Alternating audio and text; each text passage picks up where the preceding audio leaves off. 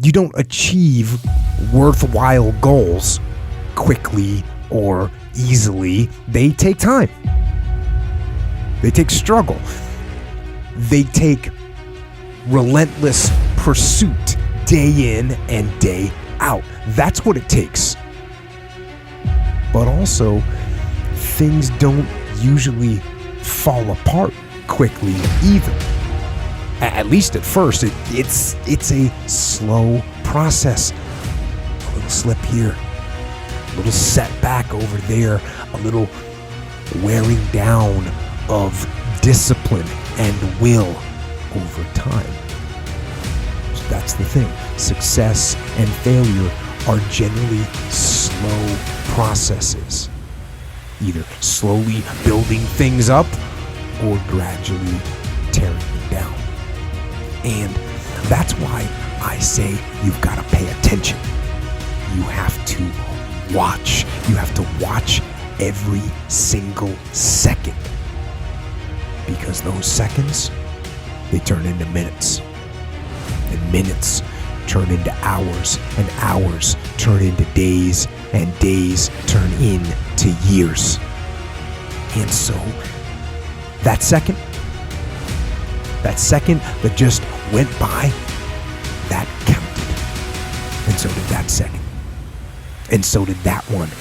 And in those precious seconds, you were either building or you were decaying.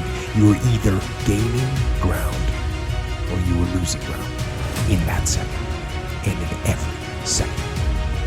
Every second counts. So make every second count. Well, you should be afraid of taking risks and pursuing something meaningful. But you should be more afraid of staying where you are if it's making you miserable. It's like the first thing you want to do is dispense with the idea that you get to have any permanent security outside of your ability to contend and adapt. It's the same issue with children.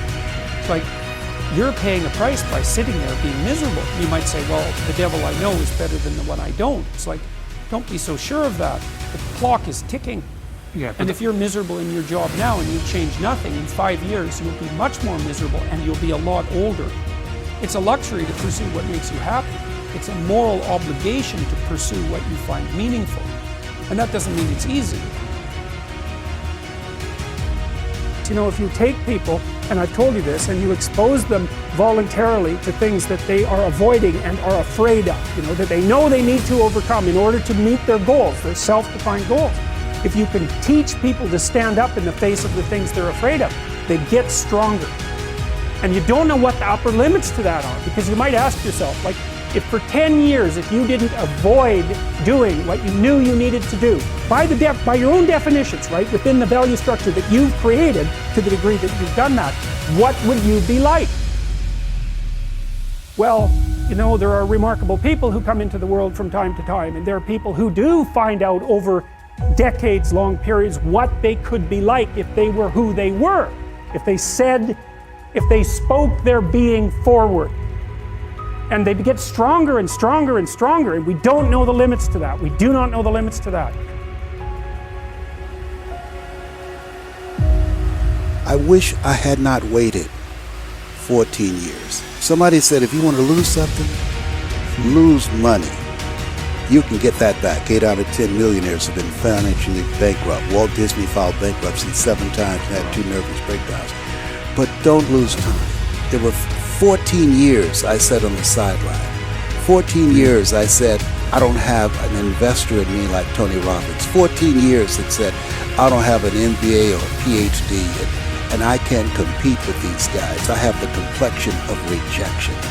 14 years I silenced myself. Wow. And so I regret that, because there's some people that maybe if they'd heard my voice, they would not have turned to drugs.